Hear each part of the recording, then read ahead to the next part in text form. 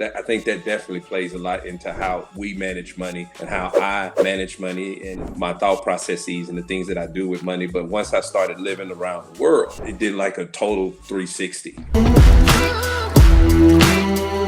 Over the course of my life and career, I've discovered the power of consciously investing in mindset and personal development. It has been a true game changer for me in my personal and professional life, and I'm extremely excited that you decided to join us today to take one step forward in your own life.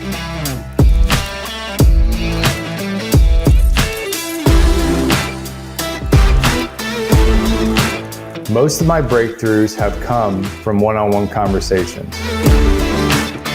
We created this show to bring you those unfiltered conversations each and every week.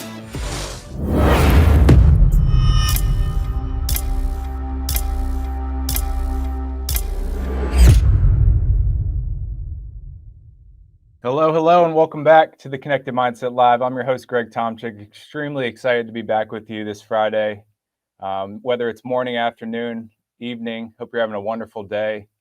And really looking forward to diving in here. I had a recent question from the community, and somebody asked me, what is a connected mindset? How did you even come up with that name? And one of the things I've realized through my career as a cybersecurity expert, helping people navigate crisis, is a lot of us don't do the pre-work, the hard work, the mindset work that we need to navigate when life throws us curveballs. I was a baseball player, so I kind of use that curveball analogy. I know I've gotten many curveballs. They've taught me more than the good things that have happened in my life. And that's why we put this show out, so that you can, along with us, do the hard work and we all get better by doing that. And at its premise, it's helping us all better connect with the world around us. And if we can be better connected, it makes us all better off at the end of the day. I believe that we each need three things in life: money, meaning, and self-mastery. And on today's show, we're going to hit on really all three of those aspects. But by popular demand, Mr. Torrey Lee is back with us. I'm extremely excited to have him. Torrey, how's the morning going? How's the afternoon going? It's busy. You know what it took for me to get in front of this computer, so it's busy, man. Excellent to hear. Yeah. I'm grateful that you decided to join us. We had multiple people ask after our previous episode a few weeks back if we could dive into a topic I think is really sensitive to a lot of people. Most people don't grow up talking about it. There's a looming economic crisis, which I think 95 to 99% of people blame their potential misfortune on, the government or the economic system or things that are coming, which put us in a fight or flight mode, and it doesn't allow us to optimally connect. So I want to start the conversation where we kind of left off on the previous show, and we didn't really get to the definition, but I want to give the audience a little view into how Torrey defines, money as a word, and then, how it relates to people, how people live their lives based off of that definition. Well, as I talked about on the last show, I equated money to get as much as you can and spend as much as you can. That was, and that's kind of, I think that's synonymous with American culture. Again, our access to it, how easy it is to get it. And even after failure in business or with failure in your personal finances, you file bankruptcy, and in some countries you're doomed. But with ours, it's like, okay, a couple of years and I'm back at the top and farther than I've even been. So that, I think that definitely plays a lot into how we manage money and how I manage money and my perception of money, my thought processes and the things that I do with money. But once I started living around the world, that it did like a total 360 as far as getting as much as I can and spending as much as I can. Mm-hmm. Yeah, it's that consumerism we talked about. And yeah, what was the first time that when you started to travel and you started to have conversations probably with people in these different countries and how they looked at it? How did it shift you from you make it, you spend it on things that you either need or want, yeah, and and then you get something in return. Maybe you consume that, and then it's gone. And that whole cycle of make it, buy something, consume it, and then it's gone. It's kind of that you don't really get anything as a permanent output or something that's elevating you continuously going forward, because it's not compounding if you're just consuming things as a result of making money. Where was that light bulb moment for you when it was like, I need to save it, or I need to put it into assets that are going to continue to pay me, things of that nature? Well, it wasn't an aha moment for me, because when I first left the States, I lived in South America, in Brazil. And while living in South America, in Brazil, I was traveling around South America, as well as still traveling throughout Europe and Asia. And that mindset, because I had a business and I sold it, and that mindset stayed with me, right? And you get in these different environments. I'll stick with Brazil.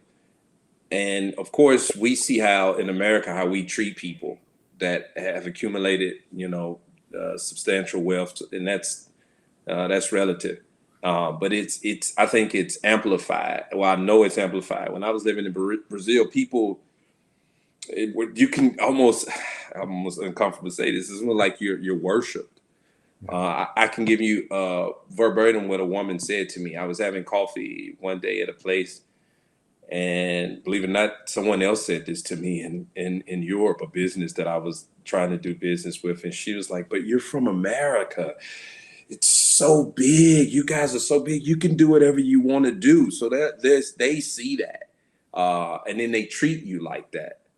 And sometimes, like, some of the people that I was hanging with, I felt like they would treat me almost like they worked for me. And I'm like, no, I'm hanging with you guys, because we're having fun. And then I was spending a lot too. So I had this I had a little group, and we were looking at doing some type of entertainment thing in Brazil. And I remember one time we went out, and I wanted to reward them, and it was stupid. It was more of an experience. I bought like 30 bottles of champagne. And it was some parts of the night where it was like, these are my friends, but also like, these are my employees and stuff like that. I don't know if that answers your question. Yeah. And then I was in Eastern Europe, because I used to live in Romania, and I was talking to a guy that had some type of real estate thing. He said the same thing. He's like, "Man, you're from America. I mean, you can do anything. I mean, you can create, you can buy, you can, but you got to understand, my reaction to both of those people is like, well, yeah, it's difficult in there. Definitely in Brazil, it's definitely way more difficult than Romania. But I think Romania now has like one of the best economies right now as far as growth in the world. And to hear him say that, and just because I was living there, and you just like, but you can too. But that's just to show where they've, their historical of the country. Romania was on the other side of the Soviet bloc, so they were communists. It was hardcore communists there, to show where they're coming from. And again, we started, America started with, that was the whole thing of America, where no, it's not a monarch, it's not a king. One person, if this person works hard, right, and focuses and they can have this. They don't see money like that. It's always the kings and feudal, they've got the money, or the who else? If you want to go back, the ruling class is the best thing to say with Europe, and then the dictators, and who's part of in South America. Well, who's with and Brazil is still kind of like that. Who there's a group, and that group of people, within the government, and of course they started cracking. I saw them doing a lot of crackdowns when I was there, but they have the money. It's not seen. Money isn't seen like me and you, whereas it's not. I know we have a lot of people who talk like that in America, but I mean, once you get a little bit more intelligent to it, if you've ever achieved some goals that where money is the end, well, I won't say the end result, but it is a result of what you've done, then no, it's not. There's no such thing as us and them. It's just me. It's just me and what I do, my willpower, my intelligence, my creativity, right? How determined I am. A good deal of the world doesn't see it like that. They're Mhm. still operating kind of in a prehistoric. No, money is attributed to a group of people because they have the power. Mhm. Uh, Yeah, somebody else has to bless you in order for you to get a exactly. certain money status, as Yes. opposed to Yes. you Yes. owning your own Yeah. actions. So that makes them view you and treat you differently, and that makes them view and treat money differently. Whereas I'll say this loosely, and I'll say this more from a scientific and cultural standpoint. In America, where we can stand on money, they stand on each other. That's how they've Mhm. survived in these different cultures because they didn't have that. And matter of fact, I think one of the living in Brazil, she said something. Other lady, she said the reason that we enjoy life and we're so fiestas is because this is all we've ever had. We've never had that opportunity like you guys have. We've never had, so cash was never, that was never part. Of course, we wanted it. That's why the dreams were so big to come to America. But we take that out of the equation. If you get that, you're just, wow. I mean, either you were corrupt or you've joined the party, you know. Yeah. But no, this is life. And in this way of fiestive and family and community, we somehow get the money to get the things that we need. So here you got me coming over, right? And I was still in my top, my pure red blood American. I have money. I'm spending. I do what I want to do. I'm doing it because I want to do it. And they're looking at me like, I didn't get that at first. Like I was just thinking like, okay, they're acting like this because they just don't have money. No, it's a whole mind and way of life behind it and history from where they've come from and even now where they're at. You understand? Hmm. And yeah, it's shifting to understand that money, just like the internet, kind of disconnects us at the end of the day, because Hmm. we're all kind of spinning trying to get more money. But when you think about how these other cultures think about money, it's more of it's a plant. It's something that they can trade, but it doesn't always enhance their happiness because they're not attached to, Hmm. I need to make I need to make 1 million, then I need to make 2 million. No, they don't. Yeah, You they're don't more. really hear. You Mhm. don't hear that type of talk in Yeah. South America. Even in the western and central part of Europe, I remember again, I was in my hardcore. And I was talking to a couple of women, and you know eh, that when you come more west, that's and I put this in my book. People size you up kind of immediately, you know. Whereas there, I don't care if you have money, you don't really talk about that. And Mhm. even when I was talking about it, one of the girls she kind of slapped me like, you know, you've made several contexts. You've made several. Your statements have been in context of money. You make. Why are you don't need to talk about it. I mean, why are you? I don't care about this.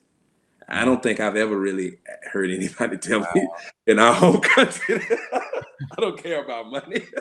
Yeah. Never. So it was more about connecting to Tori as the person as Yeah. opposed to Tori as the bank account or the. Yeah, they want to know who you are. I mean, I was at a party in Paris, and there was some people in there that was work. You would have never known it.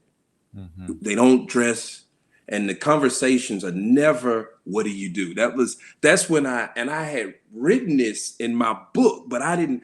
I thought I understood that, but when you're in it because when you live over here and you're coming from America, you're going to make that adjustment or you're not, because it's really frowned upon, actually, you know. And then I would see as other Americans come over, and this is not again, you know, I don't talk in sense of black and white or wrong or good or hell or heaven. Then I'm just what I'm seeing and I'm observing.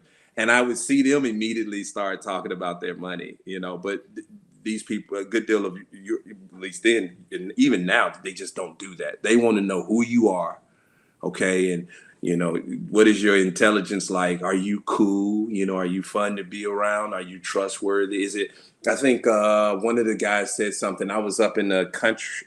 It's a country town. I'm here in Belgrade now, but there's a country town that I go to because I'm friends and colleagues up there. I was up there a couple of days ago, and he said one of the main reasons, because you don't see you see any foreigners there, and he said one of the main reasons that we like you is that you're very approachable, and you talk with us and you have a good. But this, had they met me prior when I started my travels, I don't know. I I don't Yeah. know if I would have got. They might have liked me, but they would have had to help do some training. You don't have to talk about. Mhm. You don't talk about this stuff so much. Yeah. I think that's one of the things that connects us is we like to absorb ourselves in the culture as opposed to put our culture onto them. Yeah, It's I was that- doing that. I confess, I was doing that, and I was meeting people, and the first thing I want, hey, well, what you got going on, and what can we do together? That's just and that's a cultural thing, yeah. because you got to understand. It's like I said before, when you have access that me and you have, Mhm. just the access to the amounts of capital, and then Brazil's business infrastructure. I mean, to try to okay, we can now get online. You go online, you pay the little money, and you've got an LLC. And I Mhm. like how Zoom and all these other places make it like a big deal. It's so easy. You do that, right? And you used to could call the IRS to get your EIN number. Now you just go online, you get that too. Then you take that to the bank, and now you got a business bank account. Yeah. Then there's other things you can start doing to build business credit. And all of this can be done right here. You don't have to hire an attorney. You just have to know how to read and understand basic instructions. I don't Mhm. know what I was trying to do in Brazil, and I'm not exaggerating, which was a lot of stuff like Brazil. And shout out to my Brazilian people. Y'all know that's a home and I love you, but you gonna be happy that I'm telling the people this too. Literally, the guy gave me a list of stuff. You've got to go over here and see. It was like you got to go see Auntie Sharon. She's got to Mhm. sign off. You got to get a document from her. Then you've got to go over here and do this. Then you've got to go over here and draw blood. Then you got to take the blood work back over to Harold. He's part of this committee. And I was just like, Mhm. what? What am I starting here? A multi-million-dollar franchise or something? I just want to get set up to do some. It was just difficult. Just setting up when me and you, I'm in business. We're Yeah. doing business. Just like the average person. No college degree. You don't even have to have graduated from high school. And you're set up in a merchant system to do business. And again, if you're determined and you're able to learn from your mistakes and keep learning, you can reach extreme highs. And it is just a lot of people in America just don't. It's just not like that around the world, especially in places, even so more so in places like Asia. It's just not that simple. It's not easy like that. Yeah. Yeah, I think that should give us a sense of thankfulness that it's not extremely difficult, but at the same time, too much of a good thing Hmm. can be bad, right? It's that moderation aspect and everything in moderation and so on and so forth. But Mm-hmm. where my mind goes is how do we get to the point of being grateful for that ease of access, but not over consuming or taking advantage of it, which I think is where we're at today. And maybe it's been like that for hundreds of years, but we're currently in our conscious, state here during this time frame. And I just think obviously we want to always push things forward and improve things and make Mm-hmm. things better. But it's the where does the overconsumption stop? Obviously, it starts with the individual, and then that individual impacts a person. But I'm just trying to think about ways that somebody listening in today can walk away from the show with a better approach than they came on the show with when it comes to thinking about money, because you think you don't have enough and then you have enough and you want more and then you buy things, and until you have that shift and that it clicks, everything up to that point is difficult. Like you're putting yourself in a bad position, and sometimes consciously, sometimes it's subconsciously. Oh, Greg, I think you said it. It's an individual thing for America, Yeah. because I'm going to tell you something that one of my friends said. He's a younger guy, and I have these conversations with him because it's a safe space. Mm-hmm. Uh, he said something that I hadn't heard anybody. I know it.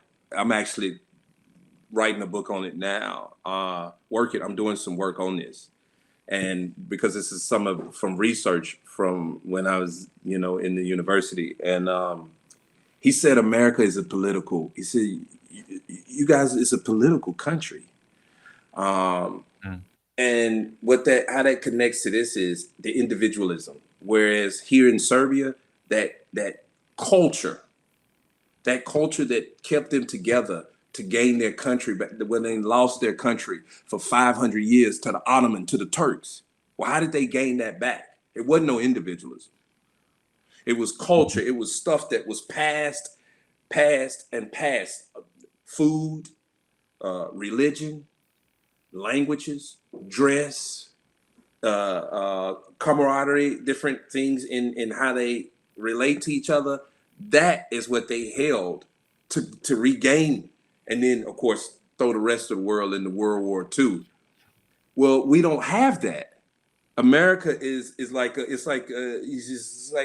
want to call it, what do you call it? Louisiana. It's a gumbo. There is no one culture. There is no socialist. There is not the Vietnamese. This culture, that's stuff they've passed for centuries. I lived there for 3 years. I see this is stuff they were doing 400 years ago. Even when the countries involved in civil wars with China, this is stuff they've always done. Well, our place in essence, it's funny when I watch now, after studying anthropology, as I told you, here in Europe, and you see these politicians talk about culture. This is our culture, but that's not really what this was even designed for. The forefathers didn't really decide. They were getting away from that. That's why they broke away from Europe. They was like, let's get rid of all of this. This is one thought. No. Let's open it up. Science. Let's make it individual. That is the culture. So it really is up to that person, because everything on our TVs and our radios and our billboards is telling you to spend and earn. Period. There is no, well, this doesn't make you a good man. This is not who we are. We pride ourselves in wearing these shirts on this thing because this means we did this and this is that. No, that's not us. So in the culture is individual. It is up to the individual. And I want to add that, let me tell you something, it's difficult. With the psychology, when you understand psychology and you're in a system, a caste, when you're in a caste and you see that whole environment is mimicking at least one, it's very difficult, because you got your family. I've dealt with it. Mm-hmm. You've dealt with it. You've got your family. When I was a younger man I started business when I was 20. This wasn't no e-commerce. I mean, I started the old school. I had contracts. I had to deal with people. We didn't do no emails. I talked on the phone to someone. You understand? I'm dealing with government officials on my car. I had to go see these people, to make stuff right. I had to go in person. There was no, let me show you how on YouTube. There was, you got to get out there and figure it out and make it happen. And there was no culture to help me stand on. That was just who I was, what I wanted, and me understanding who I was dealing with. You see what I'm talking about? Yeah. So that individual that you said, how do we get?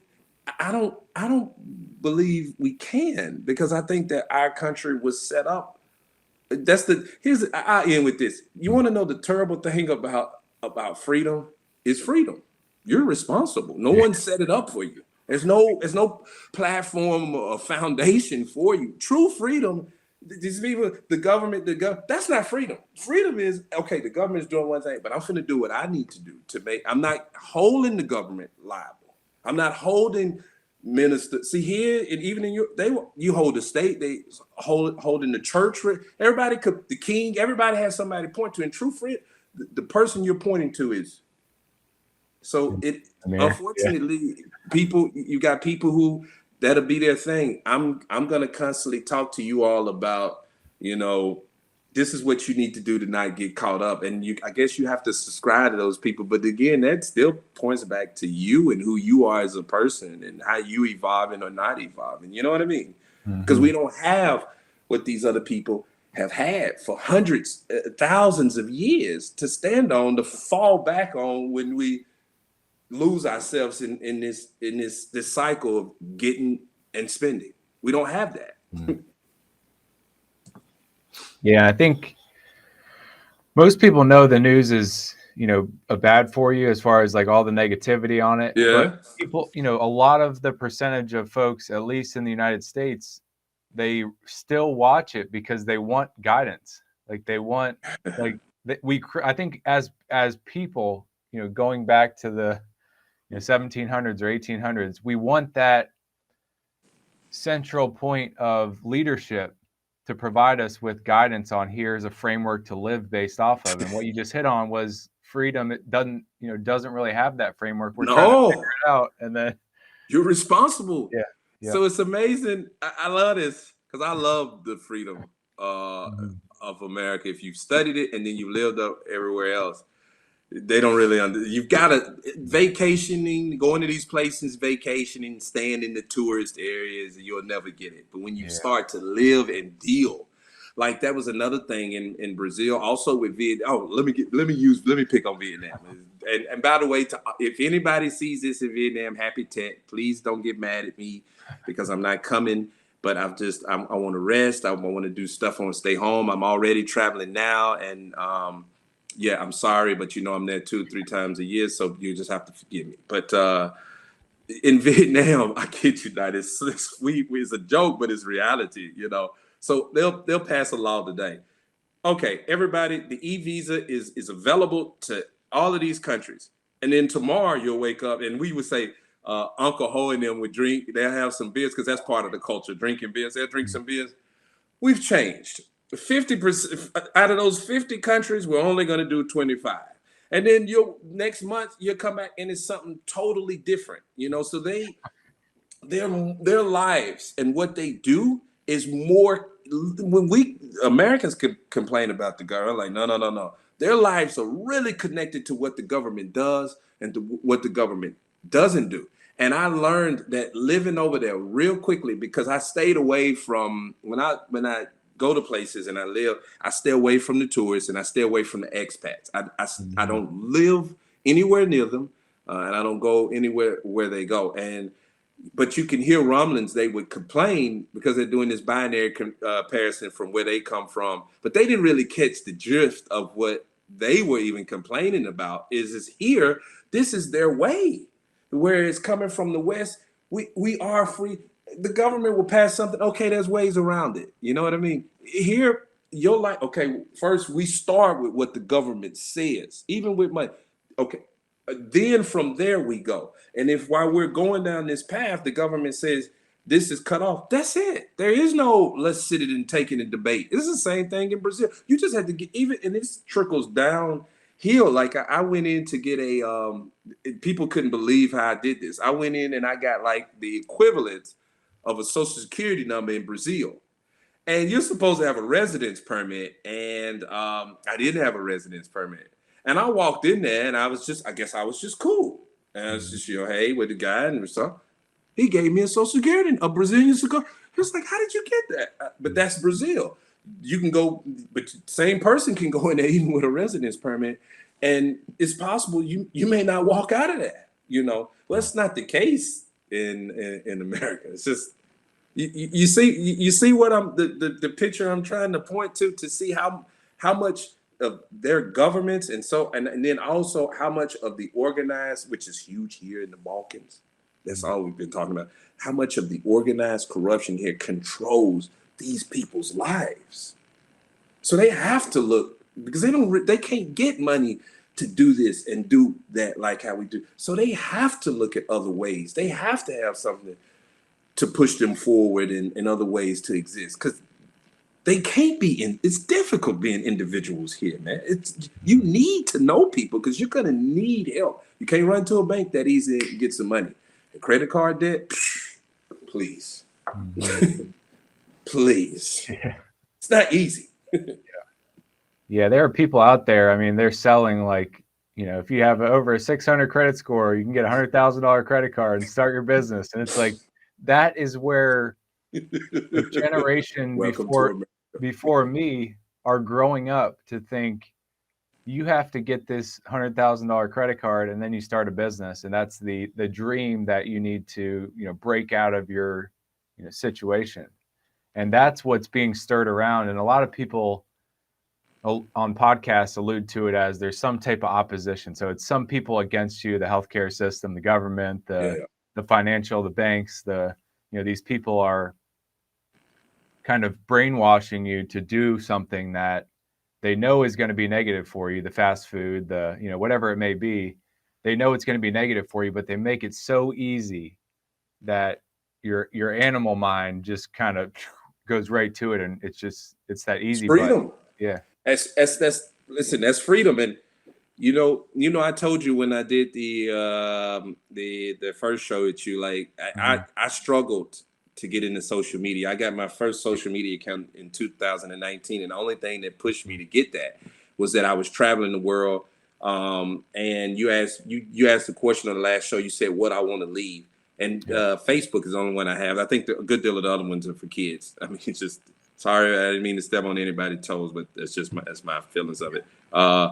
And I would like to leave my Facebook because you can pass it. I like to leave it to my daughters so that they can see, they've traveled with me around, but they can see some of my interactions and stuff like that. But for the most part, man,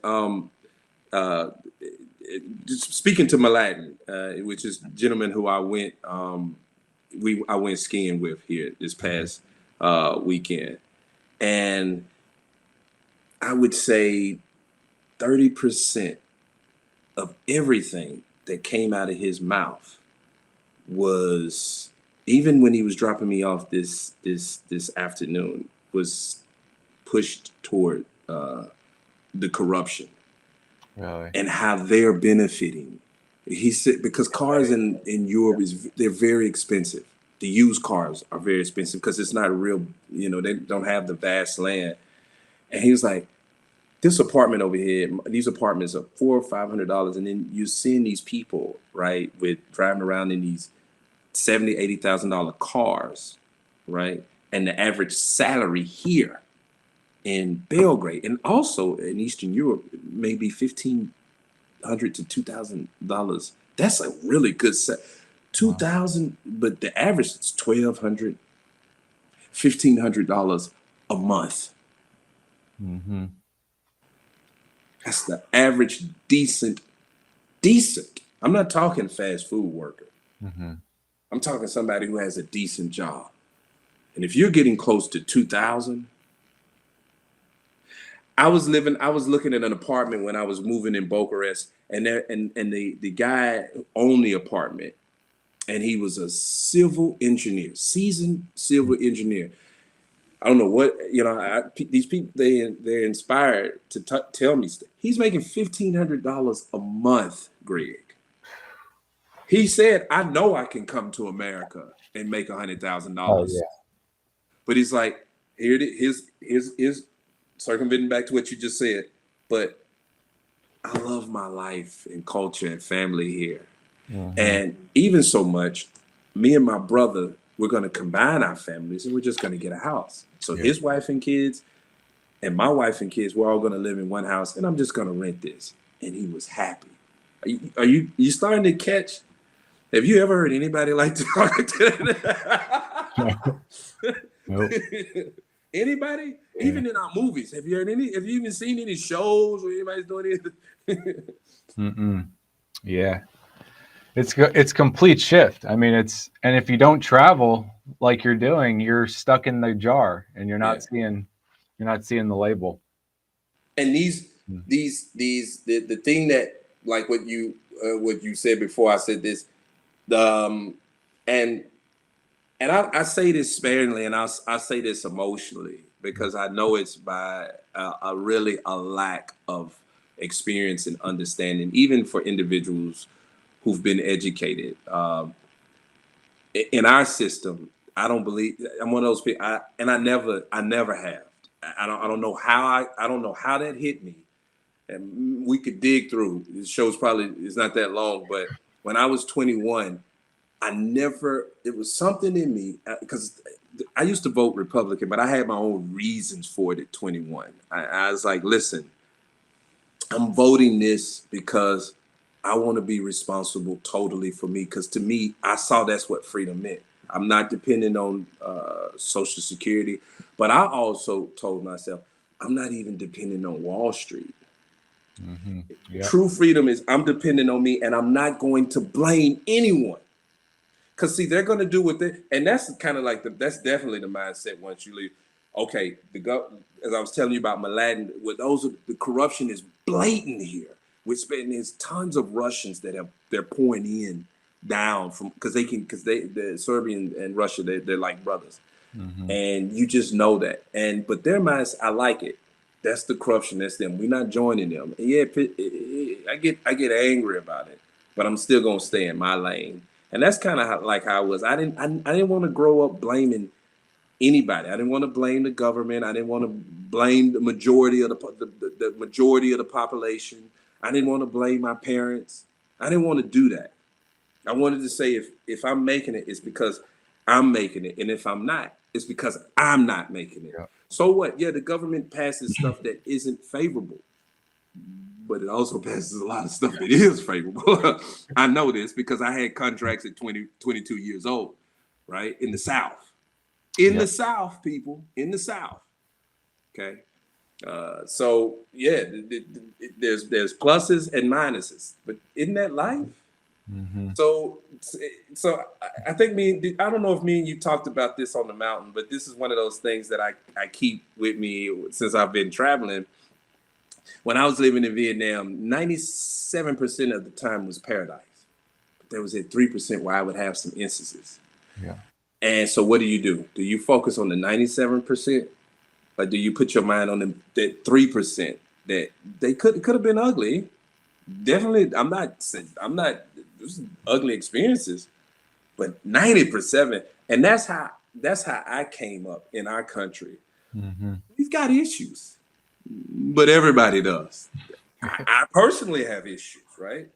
Okay, so let me look in this system and I saw that's huge pluses. I don't see how people, and that's why you see why foreigners, when they are dying to get in, it's like, I wish I had your problems. Mm-hmm. Okay, so what? They bow to our system. And you don't know that until you've lived. You will never get this being a tourist, people. Never. Yeah. You will never. I invite everybody I think for all individuals who have kids, here they call it gap year in Europe. I know Obama's daughter, she did it. You need to send your kids away for a year. Because for the kids who did that in America and came back, they totally different. The appreciation. Yeah. Mm-hmm. The world is evolving, but in some ways around the world, it just isn't, or it's evolving. And we're talking about it as far as the economy. It's not evolving at the rate that we are. I don't light speed. I think that's why conversations like this and getting a lens into how other people think help you sift through your own thoughts. And when you realize how much of our thoughts are that victim, like it's like, oh, it's because of them. It's because of them. And it's until you put it on yourself, and it burns to say like it's on me, like that's my fault. And but until you can do that, you're stuck. You can't get out and take responsibility. And I think that's what that gap year does. Like I've had people come back from doing a gap year like that, and they're just changed by how they talk. Mm-hmm. And that's a result of how they think, and it probably changes how they feel about what they have access to. And I think that's the biggest benefit. And you don't come across enough people that have that they say culture shock. What is a culture shock? It's really putting yourself in an environment that questions everything that you thought was true before. And I think that's important for so many people. You've definitely gotten it time and time again, I'm sure. I got continue to get it. Yeah. Stories galore. I mean, when you when you remember when you sent this text to me, you was like, "Hey, my people want to hear you talk about that." I lit up like a Christmas tree, and like I just listen. I just came from the mountains, like simultaneously. I walked in and I was pushing him, go, go, go. I was arranging everything because I was super excited to do this because it's such a it has had this is has had such a major impact on my life. Let me give you something else. There was a young lady. She was Italian, and she had left Italy to live in London. And we met, and we were going to spend time together in Germany. And again, this was Christmas of 2018. So I'd been gone from America like about a year and a half. So, but I was still. It takes a while. I remember another friend of mine. She said, "How long?" She was like, "What's that?" I was like, "It was difficult. It's not easy." So I don't want to just beat people over the head. People, this is not an easy process. You have to first accept it, and I didn't.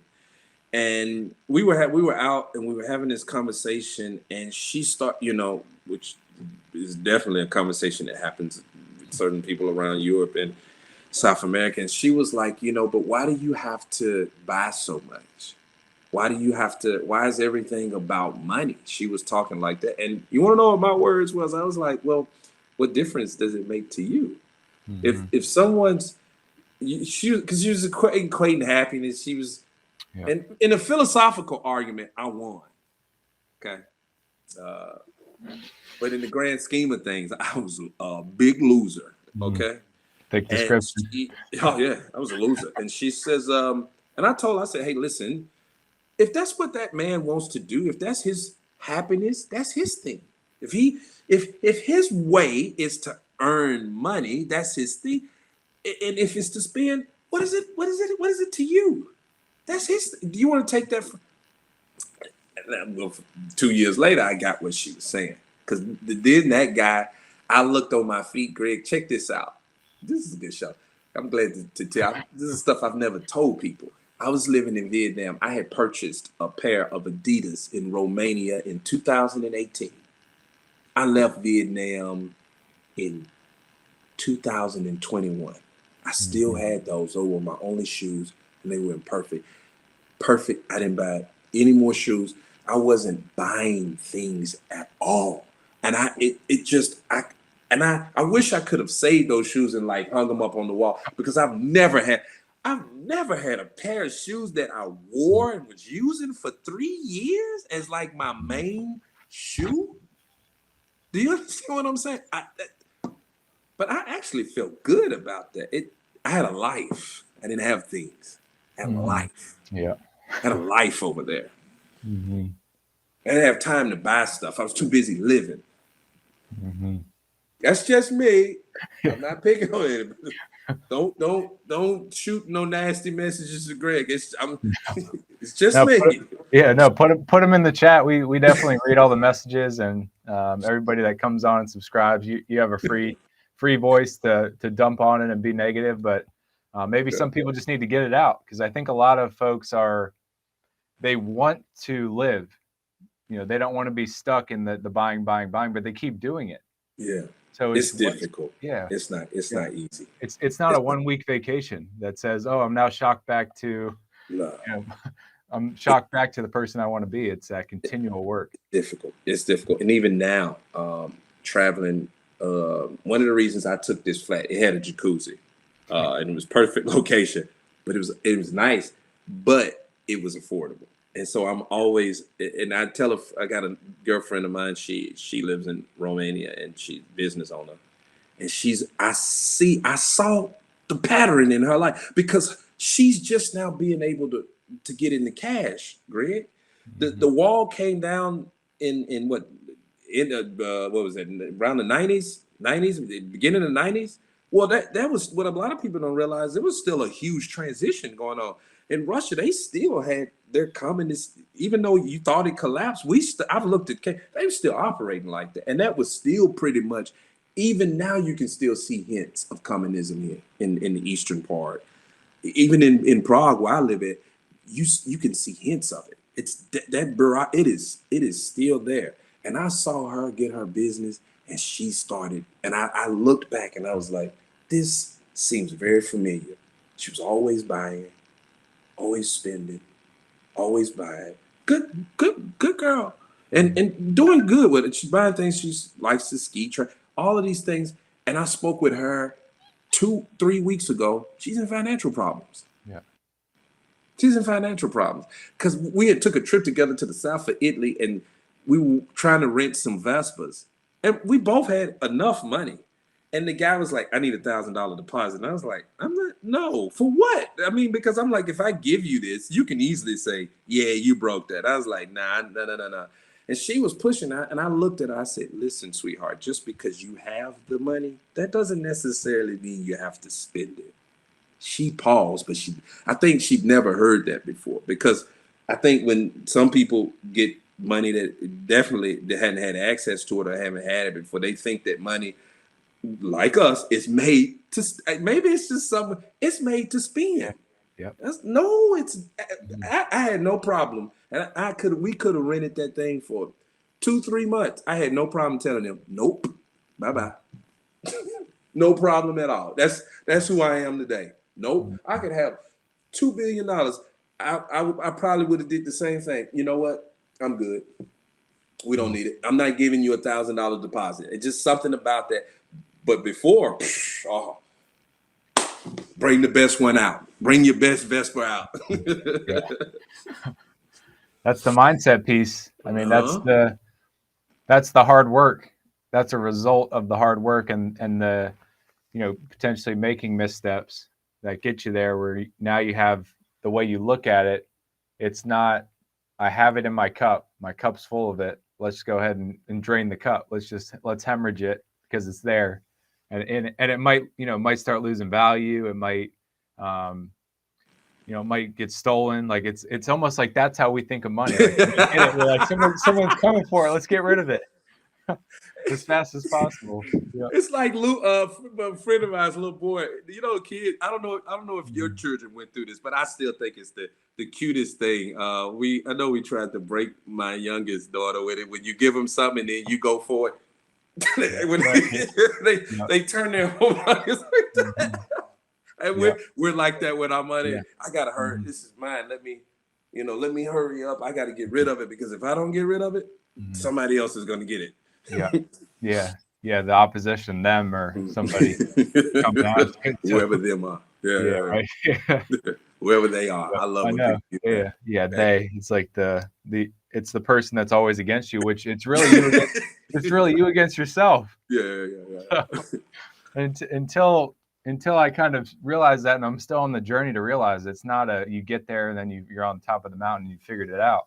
Mm-hmm. Once you start to realize that, when you stop blaming other people, it's somewhat not necessarily takes away all the stress, but it's a little bit less of the race. Mm-hmm. You're not racing away from them.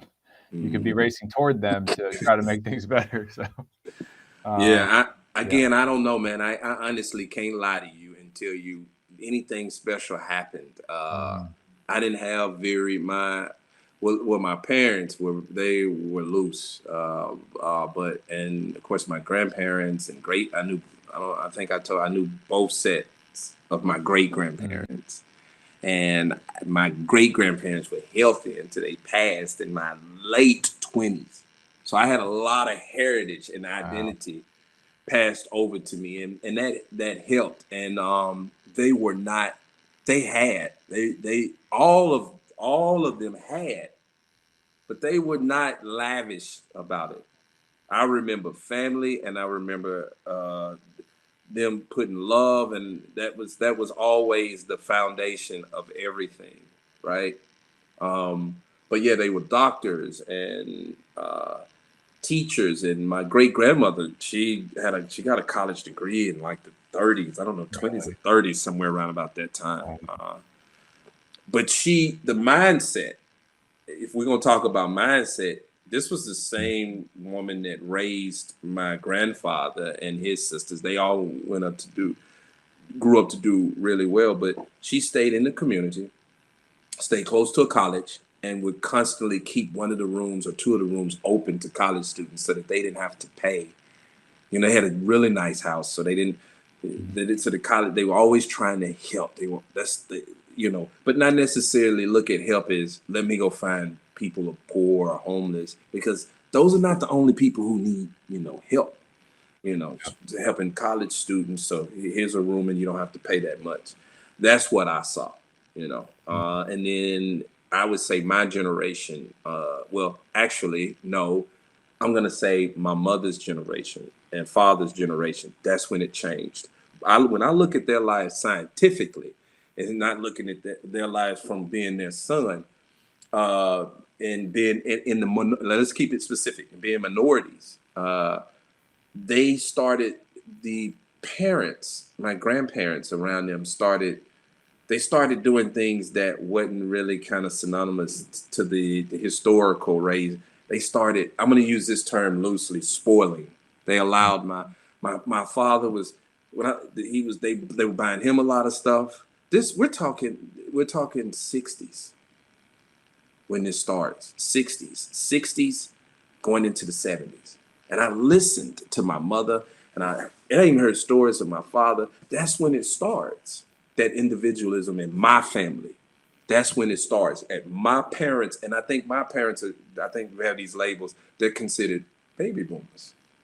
Yeah. That's when it started in my family, because everything from them back was not focused on, like my mother, she was like, I don't want to live in this state. This is where everybody, I'm gonna if I have to marry, I think she told, I hope she, one of the main things, a sentence to marry my father was, he didn't live in the state. So I'm getting away. I'm getting away, right? Mm-hmm.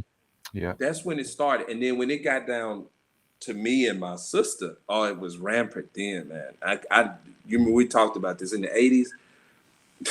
We lived the American dream. I don't remember seeing any homeless. The people who were supposed to be the poor people, they had Jordans. Everybody was doing good. If you slept on the street, it's because you didn't want to go home. Wasn't no homeless. It didn't exist. Everybody, his cousins driving Honda Sprees. You remember those Honda Sprees? I don't know if you remember those. Yeah, these people were driving cars at 14 and 15 when I was growing up. I mean, that's when it started. And then you take that generation, we can say, now, if they like this and they didn't break the chain, I know I tried to always have purpose when I was buying my daughters. I linked it to something, like my daughter had a laptop. She had a laptop when she was in the, what was that? She had a laptop when she was in kindergarten. But my daughter was at that time, she was going to a $14,000 school. She ended up graduating from that high school. It was at $30-something thousand a year. She was going to this really, one of the top schools in the world, where it was fostering that. So it was never really presented these things that I was getting her as, this is a thing. I am this makes me something. No, this is a tool. It was a tool. Yeah.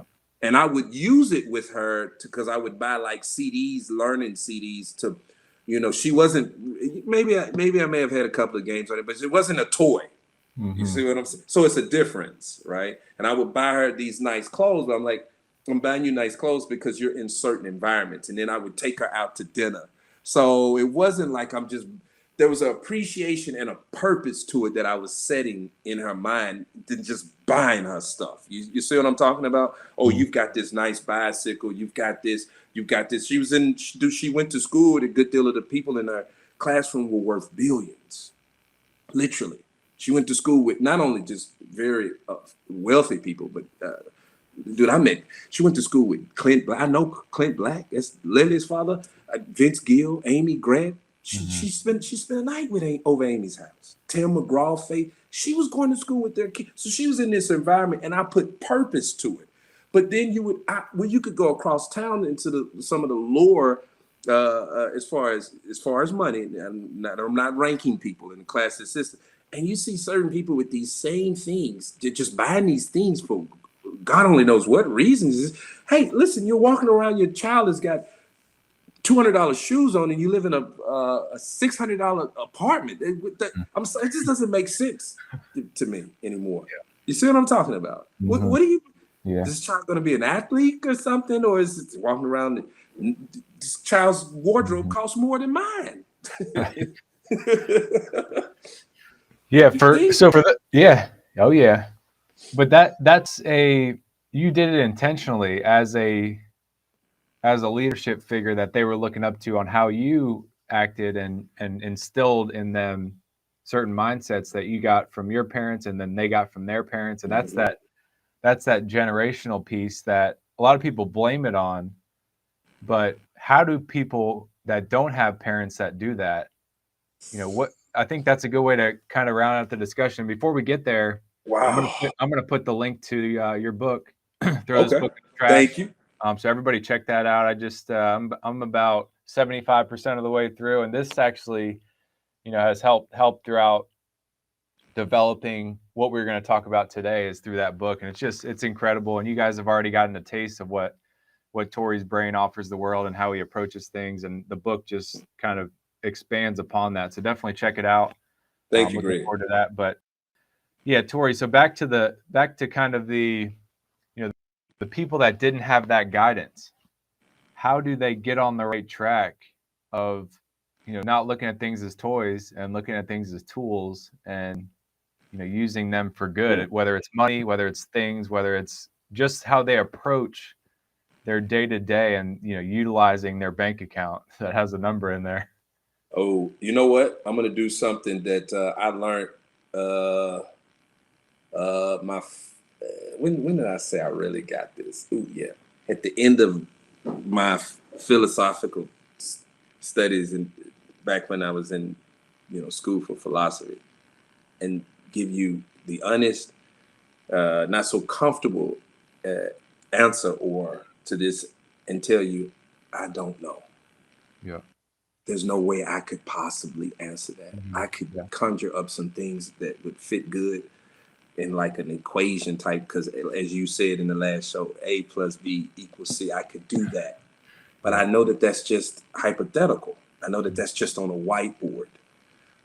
From how someone evolves from here to there, even using science in this, because it's so you like that term in anthropology. It's a thick description. You like that. Oh, yeah. It's so many different things that affected me to get here. One of the last ones was divorce. Divorce, and then I was just the thing that I have to put out here. Because I grew up in a time, a really refreshing time in America, in Nashville, Tennessee. I was born in '78, and I grew up in the '80s, and so I have a tattoo of a broken heart. One of the things that has my heart broke was by the time that at 40, when I beginning with 39, when I left America, I hated to see my country like that. I hated to see us like that, fighting each other and tearing at each other like that. So that was the things that I was just like, I didn't grow up like this. I grew up living with all kinds of people. And I grew up living with people who didn't like me for whatever reason. I was a mischievous kid. And that was okay, because that was life. And they didn't use that dislike to hurt me. So it was, I didn't care. And I guess I was taught not to care, but the majority of people, they respected me. I was never harmed. I grew up in great neighborhoods where Christmas felt like it was a neighborhood thing. It didn't feel individual, Greg. Because when we all opened our toys and everybody would come outside. That's all ethnicities. And this was like a middle class neighborhood. So we pretty much were all on the same level, a bit higher, a bit lower. We'd all come out and play. We all played every day. We fell out with each other. We fell back in with each other. That's the world I grew up in. And so when I was 39, to see everybody getting grouped up like how they are and pointing at each other's group, and then you're not pointing at the next group, you're pointing at the government. The distrust of your fellow citizens, the distrust of your government. I didn't grow up in that world. And living around the world, that's something you still don't see. Even this district, of course, in the Balkans, but just I don't want to live like that. I don't. The life is definitely not perfect. It's not Mr. Rogers' Neighborhood, right? But then again, this is not what's that character that we Halloween, Michael Myers. I don't want to. Yeah. It's not Mr. Rogers. This is two extremes, right? I don't want to live in either one of those. You know, it's somewhere in between here, as Aristotle said, is that mean is happiness. You're going to have a little bit of this and a little bit of that. And that's what I grew up to. So to see this, and again, with all of this opportunity that, so obviously maybe opportunity and money isn't such of the solution. When you have as much as we have, and you say, well, people can't be fighting over it in America. There's enough to go around. Okay, period. You may not believe that because you've never lived anywhere. If you never lived places where it's acceptable for your daughter to go out and sell herself sexually and not be disrespected because she's taking care of the family. That's part of the culture. You understand? So there's enough money to go around, and there's enough to go around. So that broke. Those are the things that pushed me, Greg, to answer your question. Yeah. An individual, what a collective? I don't know. It's nowhere in the world I could. And if I did, I'd come off as being a pompous jerk, an idiot trying to answer that. Yeah. I don't know. Yeah. Be honest with you. I don't know. I like that answer. I don't think we get that answer enough. Is I don't know. And best answer in the world. The individuals have to figure it out on their own and ask themselves the right question. But I think it starts with finding a way to get yourself out of that victim mindset of blaming other people and taking accountability, for your own choices. And that's one of the biggest things that I admire about the way you approach the world. And you continue to say it throughout this episode is, that if you succeed or if you fail, you're looking in the mirror and pointing at Torrey. You're not pointing at them. Yeah, it's me. Yeah. It's difficult. Yeah. It's extremely difficult. But it's more so easier for me because I don't have that. I'm not hardwired. You hardwire yourself repeating stuff over and over. We know this scientifically. Yeah. So I've never. So even if I jump over in there, my brain is like, you don't have too many connections in here to substantiate that. So then I'm thrust back. Well, I can't stay in there. But okay. All right. Well, I did this, and I didn't do enough of this. Let me ask you something really quick. You know where we met at. I'll trade loosely because I don't know, how much of, what you want to share. But there's a thing in anthropology that we studied. It's called New Age movement, New Age, new religion. It kind of maps what we're talking about. And what it is individuals are coming out of, let's say Christianity or school or Islam or Judaism, or I need to work like this. And they're doing things like going to yoga retreats or ayahuasca. And what they're doing is they're taking the responsibility of breaking themselves down, looking for therapeutic, looking for meaning. And then for those who find that meaning, whether it's on top of a mountain drinking ayahuasca, then they take that and they bring it back. And our studies were showing that these people are bringing that back. They're saying, this is how I want to worship or not worship. And this is how I want to do business or not do business. This is how I want to raise my children or not have children. And this is who I want to be in a relationship. But it's not necessarily to support these different groups that everybody have given titles to. It's a new age movement of these people going out, digging deep within themselves, going to this place where they can work, whether it's over a period of time and then once they get enough, then they bring that back and they incorporate that into their existence. I found out when we were studying it in class, I was more so just trying to stay in the studies. I think I fall, if we want to talk about groups, I'll fall in that where I'm really, really using all of the tools that I can find, all of the different things that I can find, and I won't be ashamed. I've done ayahuasca 3 times. I do it yearly. That's one thing. I have other things. I'm definitely a believer in Christ, but That's my thing. I don't put that on the world, and I don't say that this is. But I have but it's a spectrum of things. That's what I do. But I would never ever tell anybody, endorse anybody to choose religion. I would never endorse anybody to choose ayahuasca. I never endorse anybody to travel. I just can tell you what it's been rewarding for me, but I've also known a lot of people who've done it, and it was a very unpleasant experience. But Yep. I would just kind of like model my book and say, look inside and take your feelings. And I missed that show a couple of weeks ago. Your feelings, listen. Maybe you should listen to other people. Maybe you shouldn't. But I think ultimately you're gonna have to make that decision to get out of that. And I won't even say vicious cycle, because I don't want to judge it. I don't want to be self-righteous.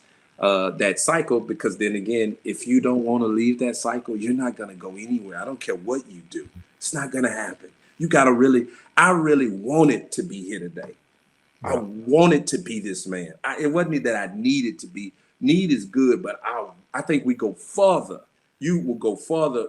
You need food, you need air, but I think you will go further for what humans go further for and I want to be here today. I want to be this person. And the person that I still project myself to be. That's me. I would never give that as an antidote to anybody else. Mm-hmm. So who do you want to be? Yeah. I'm asking the question. I'm not going to tell you. Who do you want to be? Yeah. How do you really want to live your life? Yeah. Where are you planting seeds? Where are you planting seeds? And those practices that you discussed, are you planting seeds to grow in an area within your spirit as opposed to your ego? And I think a lot of people are battling that.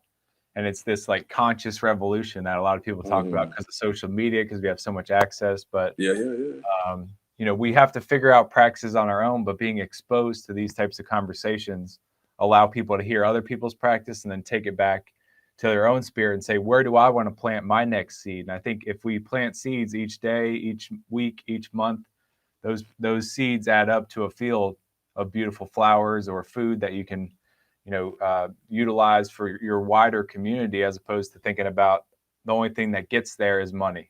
And I think that's what we've kind of rounded out to. But Torrey, always a great pleasure. I want to acknowledge you for the way you approach the world. It's refreshing. It's something that I really value. I value our friendship and our bond. Yeah, me too, man. And I look forward to bringing you back on the show in the future and continuing to share what I'd look at as these breakthrough ideas that more people need access to. So definitely check out Torrey's book.